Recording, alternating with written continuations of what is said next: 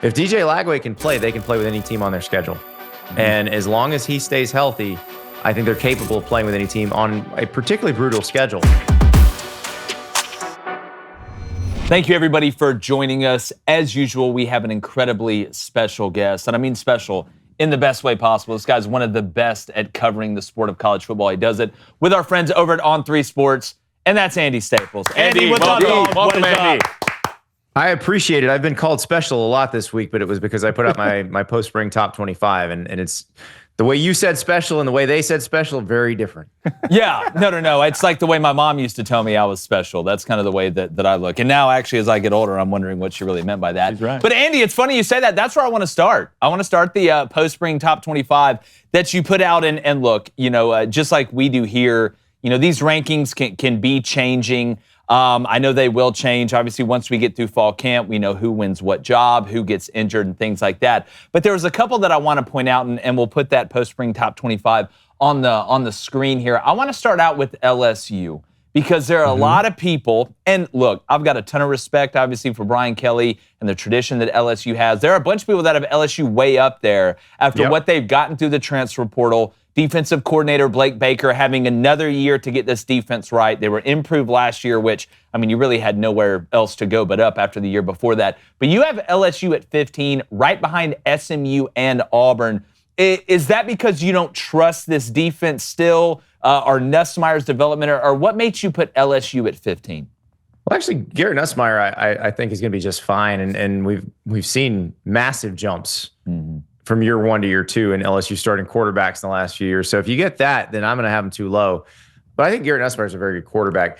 Defensively, I need to see what that's going to look like. How are they going to use Harold Perkins? Because I think if they take him back to his freshman year of see ball, get ball, just let him be special, and special in the good way, like you were talking about. Then I think there's a better chance. Also, I'm very excited about DJ Pickett, their freshman corner, who, when LSU's good, they have these freaks that are coming in as freshmen that are going to be there for 3 years and they go be first rounders. LSU's lacked that quite a bit since Ed Orgeron left. As good a coach as Brian Kelly is, he has not been bringing that into LSU. Will Campbell committed to Ed Orgeron. So that group of those guys is now cycled out. And you're dealing with Brian Kelly's guys. I do think they did a good job in the transfer portal this year, where last year they probably didn't address the needs they needed to address on defense personnel-wise, because remember the timing last year was such that they didn't fire Matt House till later. They didn't hire Blake Baker till later. And by then, the winter portal was basically closed. And so they weren't going to overspend in the spring. This year, they did go into the winter portal, get some guys like Mansour Lane from Virginia Tech, one of the corners. They got Jack Pyburn, the edge rusher from Florida. And they did fill in some gaps. They got some offensive linemen to help fill in from a group that most of them are going to be in the NFL next year. So I like what they did there. Does that make them national championship caliber good, or does it make them basically as good as they were last year? Because where I have them suggests they're better than they were last year, but not necessarily national title caliber. And if you look at the schedule, the team they're playing right off the bat, Clemson, I got them at number 3. I think Clemson's really good. I think one of the reasons Clemson had issues last year is that they needed to make a change at defensive coordinator, which they did. I think Tom Allen's going to make them excellent on defense because it wasn't like they had bad players. But, within the first 3 weeks, we're going to know about LSU. They got Clemson and Florida, week 1, week 3. We're going to have a really good idea of where that team's at. And the thing is, I got Florida at 10. So if Florida winds up beating LSU again this year, I don't know that LSU is going to get where they want to go. I think that week 3 against Florida is a critical one. If they win that one, I don't know if it matters if they beat Clemson or not, because it may be that Clemson's just really good. And if they lose to Clemson, it doesn't really tell us that much. But Florida's that team, one of those teams that's kind of on their level, I think, in the SEC. And if you want to ascend to a higher level, you got to be able to beat them. They couldn't beat them last year. No, look, I'm with you on Clemson. I'm looking at some of these week 1 matchups. You got Texas, Ohio State, LSU, Clemson. It's fantastic. But on the point, a couple points I want to stick on LSU before I toss it over to Cone, who's the quarterback. It's kind of ironic there. To your point, to me, when LSU is at their best or has been at their best, everybody thinks it's, oh, look at these wide receivers, and they've had some incredible wide receivers and DBs and Honey Badger and all this. But the difference in LSU was the freaks they had up front on both sides of the line of scrimmage. I mean, you go back to when LSU was really cooking, and that's when they had it. But you mentioned Harold Perkins. And Andy, I'm 100% with you. See ball, get ball. Don't overcomplicate it, even though he's experienced. Do you think it's something where you look at his size, is he a guy that you would have rushing the passer, or do you put him at outside backer, or do you put him at nickel and say, hey, listen, we're going to simplify it out here, we're going to send you on pressures, or we're going to put you in man coverage or this, that, or the other? How do you feel like you would use Harold Perkins? I like the way they used him as a freshman, which it had to be simplified then because he didn't quite know the defense as well. So I think you can make it more elaborate if you want to. But this is a guy who, when he's coming after the quarterback, there's a good chance he's getting to the quarterback. And yeah, he's too small to do that in the NFL, but this isn't the NFL. Yeah. If you have a guy capable of getting to the quarterback, let him go get to the quarterback. No, without a doubt. I've been saying that for 2 years. Yeah, no, I agree with that too. Andy, before I get into some specific teams here, can you just talk a little bit about your criteria of what a college football post-spring top 25 means? I mean, is this your top 25? These teams are going to have the best season. Are you taking into account strength of schedule here? Is this who had the best spring ball and transfer portal window? Just talk a little bit about your criteria. Well, it's just what I think they're going to do this season. And the thing is, like, the strength of schedule part's interesting because, like, I have Louisville in there, and Louisville, I think, is going to have a much better record because their schedule's easier. Agreed. And they're as good or better than they were last year. But for the most part, I'm thinking about this because, like, Florida and LSU have really hard schedules. And I'm not going to ding them because they are playing tougher competition. There's a chance they may lose more games than some of these teams, but they're playing harder schedules than these teams. So I just look at it as, like, where's your roster right now? How set are you at quarterback? Do I feel like your quarterback's going to be good? And how do I think this is going to play out? And, Texas, that's a bet on Arch Manning. I got them at number one. Notre Dame, I got them at number two. They're going to have a really good offensive line. Like, when you have two guys who started in the national title game on the offensive line for you, who had to leave because they were not going to start next year, that tells you got a pretty good offensive line coming back. And that is the most recession-proof thing in football. So, I think the top four I have, I think those are, it's Texas, it's Notre Dame. Clemson 3, Clemson at 3, and Penn State at 4. So those are teams I feel are fairly complete. They got pretty much everything they need. And, like, Texas, I know you'd say, oh, well, they lost a bunch of offensive linemen. They did, but they didn't panic and go in the portal to get starters. Just like last year's offensive line was a bunch of guys that they got as blue chip prospects out of high school and developed. Same thing this year. So this is me trusting Kyle Flood to develop those guys. With Clemson, like I said, I think hiring Tom Allen will make that defense much better.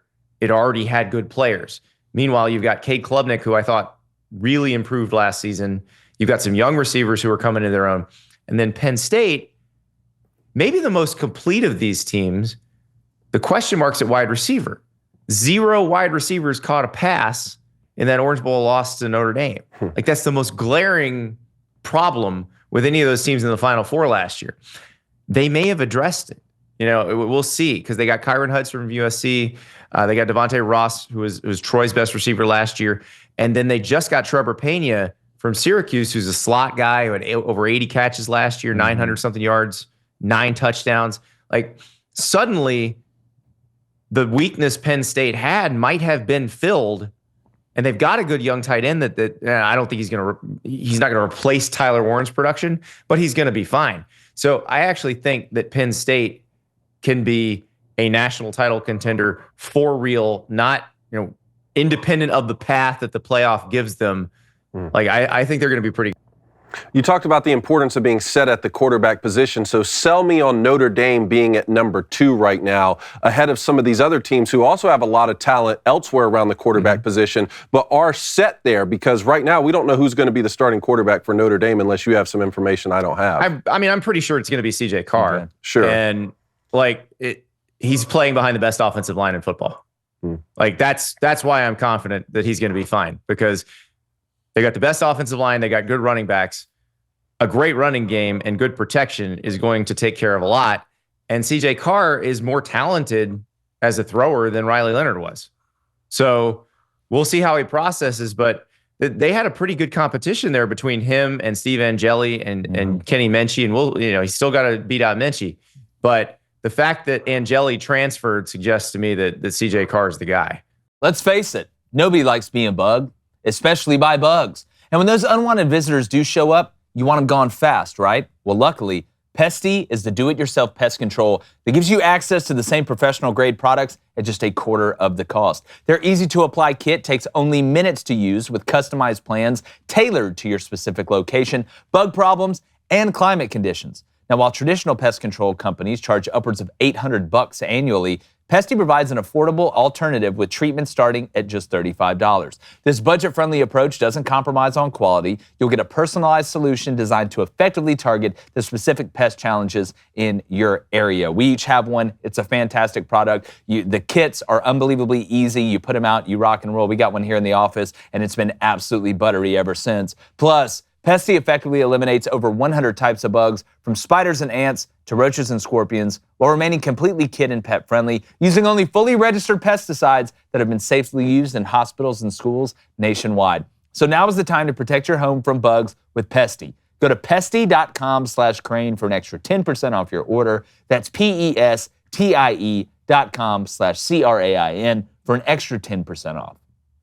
Yeah, and Brian Driscoll told us that right after the national championship game. He said, I think CJ Carr is going to be the guy. So it's going to be interesting to see. I just love watching Notre Dame play defense. Yeah, absolutely. I just love watching them up front too. Andy, I mean, obviously the big glaring thing I look at right now, I mean, Auburn sitting at 13. Come on, baby, which I come love. on. Trust me, I love. In quiet places, I'm singing Too high. Singing the same tune. I want to know, how are you, from an evaluation standpoint, roster talent, everything that goes into it, came up with Auburn being the 13th ranked team after that season last year, and obviously getting a transfer quarterback from Oklahoma. Just kind of your process of how they made it all the way up to 13. That season sucked last year, right? Yeah, it wasn't fun. Why'd they lose the Cal game? Why'd they lose the Arkansas game? Why'd they lose the Oklahoma game? Why'd they lose the Missouri game? These are all games that could have been won with slightly better quarterback play. Without a doubt. Better. So is Jackson Arnold slightly better than Peyton Thorne? Great question. We don't know. But here's the thing, I'm not making this comparison like I'm talking about Notre Dame, because when I was talking about Notre Dame, I'm talking about they should have the best offensive line in the country. But when's the last time we talked about Auburn bringing back a pretty good offensive line? That's Auburn had a pretty point. good offensive line last year. Not only do they bring a lot of it back, they brought in some competition through the portal. Not necessarily guys that we're going to guarantee you starting jobs, but you're probably starter quality and you have to fight for a job. I think Auburn could be quite a bit better record-wise, even if they're not significantly better roster-wise. They only have to be a little bit better roster-wise to be a lot better record-wise. No, I think he's 100% right. You look at the depth on the offensive line. I think that's the biggest difference, like Andy is saying. Because, I mean, look, we know you can't survive a season with 6 offensive linemen that can play, and then you're reaching the bottom of the barrel. I mean, Andy, you played the position. Hell, now you got to have at least 8, and that includes a guy that can swing and play center if you got to bump somebody out or somebody gets injured. I think that's the biggest difference in Auburn. But with Jackson Arnold, to your point, what I'm interested to see, Andy, is you had a guy that was in an RPO offense that struggled at Oklahoma. And I know there's different ways to cut it when it comes to the RPO, the way you prepare, what you're looking at, eye discipline, and all that. I'm just wondering if he can take that next step developmentally in another RPO offense, which is what Hugh Freeze really wants to be able to do. Mm-hmm. But, I mean, he's talented. It's just, do you think maybe you'll see that jump? And we'll get an idea early against a Dave Aranda Baylor defense. It's going to be be well coached. They may not be the most talented. Haynes King did do it. He did do it. And also Baylor's going to score a bunch. Yeah. Sawyer Robertson's a hell of a quarterback too. Yeah, he is. That's a sneaky great week 1 game on a Friday night, by the way, in Waco. Here's the thing about Jackson Arnold. Remember that Oklahoma's offensive line was not very good last year. We just talked about we think Auburn's going to have a pretty good one. I mean, by Auburn standards, a very good one. Because Auburn's offensive line has not been particularly great over the last 10 years. Like this is one of their better ones, I think. So what was Oklahoma's other issue? Their top 5 wide receivers were out for most of the season with injuries. Well, he has Cam Coleman and Eric Singleton Jr. now.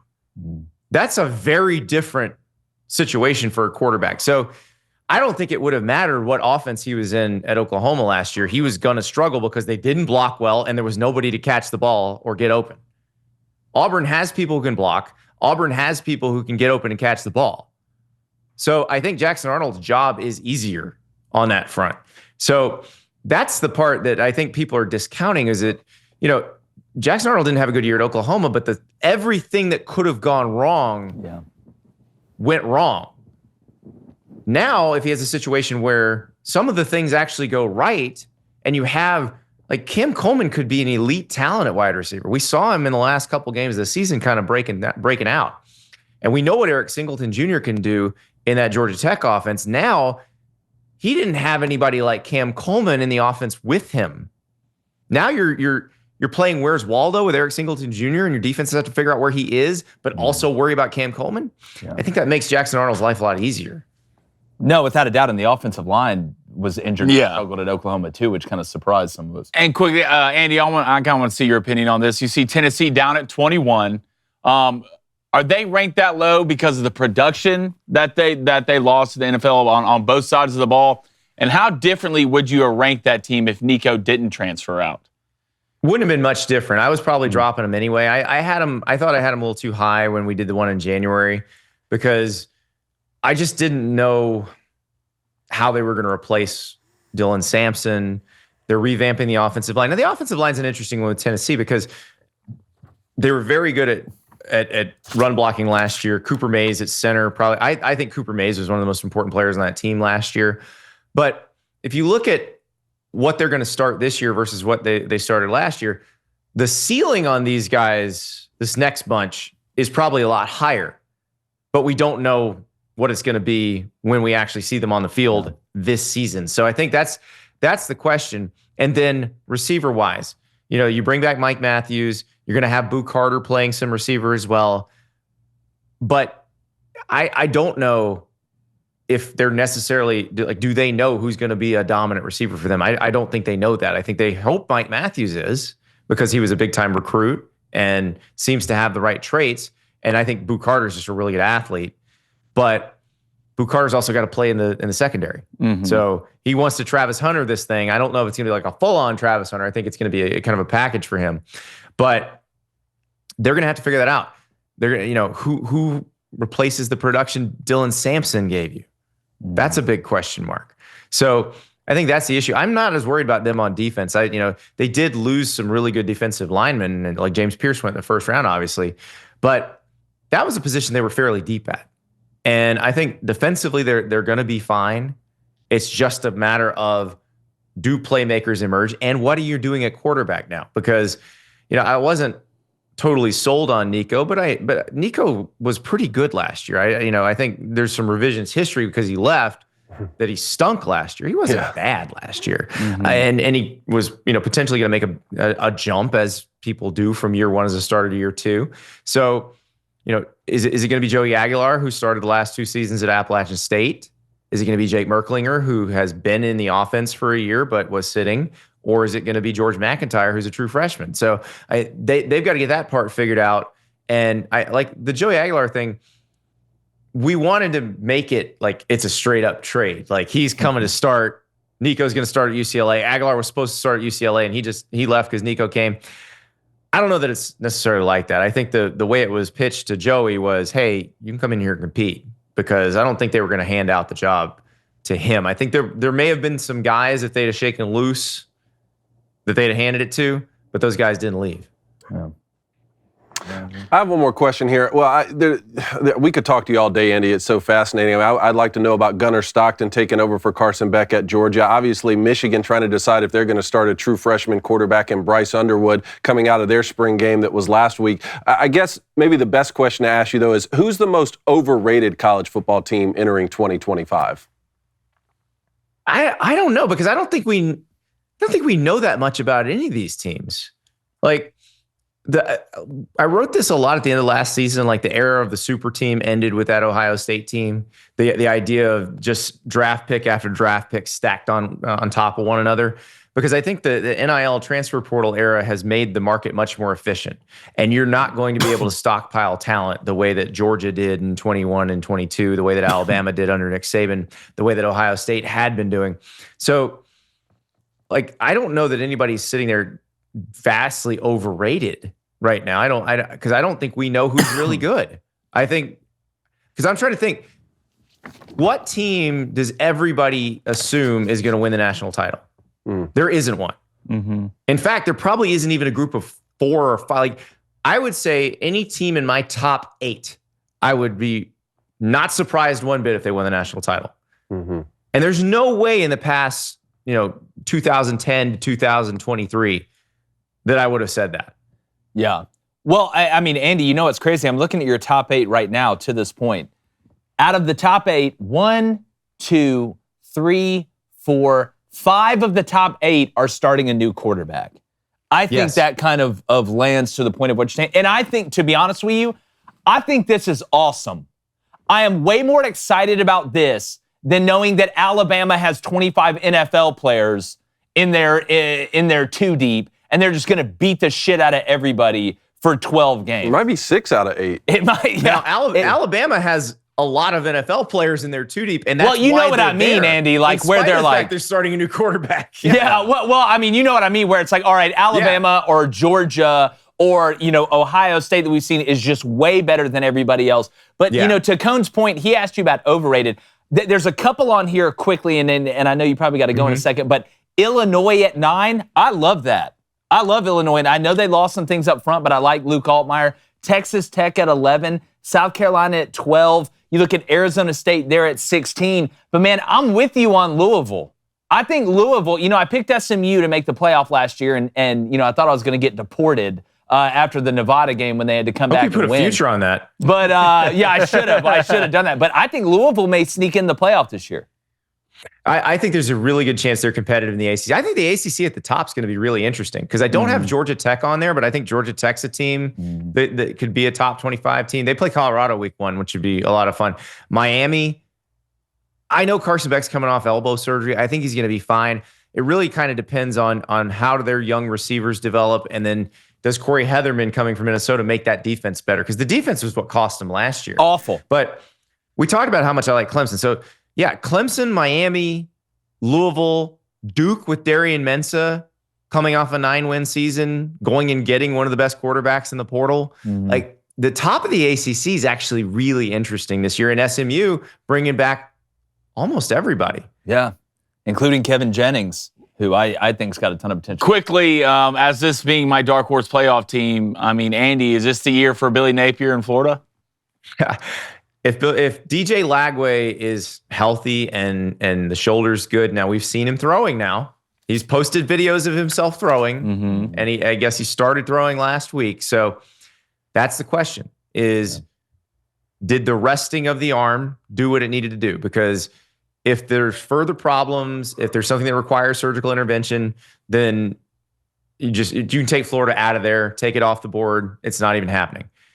If DJ Lagway can play, they can play with any team on their schedule.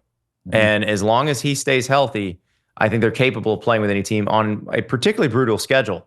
But, the thing is, if you think Florida can go 8-4 or 9-3, then you also probably think they can go 10-2 based on the level of competition they have to play. Like, if they're capable of beating 8 of those teams, they're also capable of beating 10 of those teams. Yeah, and if they go 9-3, they may sneak themselves in the playoff too with that schedule if it works out circumstantially. But Andy Staples from On3. Andy, please tell everybody where they can find your work with our buddy Ari over there and JD and everybody that's over there at On3 getting it going.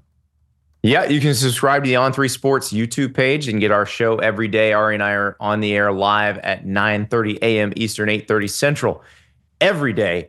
Read me at on3.com. Andy_Staples for your social media links. Definitely follow on Instagram because I got some people on Twitter, but I'm still trying to figure out the Instagram stuff. I don't have a 6-pack quite yet, so my fitness influencer career has not taken off. So we're rooting for you though, Andy. You Start could be the watching me for the Livy football Dunn commentary. of sports media at the end of the day, which is pretty good for a former offensive lineman. But Andy, thanks so much, buddy. Thanks, guys. All right, Andy Staples, See you, one of the Andy. best in the business. Appreciate you guys joining us. Make sure you hit that like button, hit that subscribe button, and we'll catch you next time.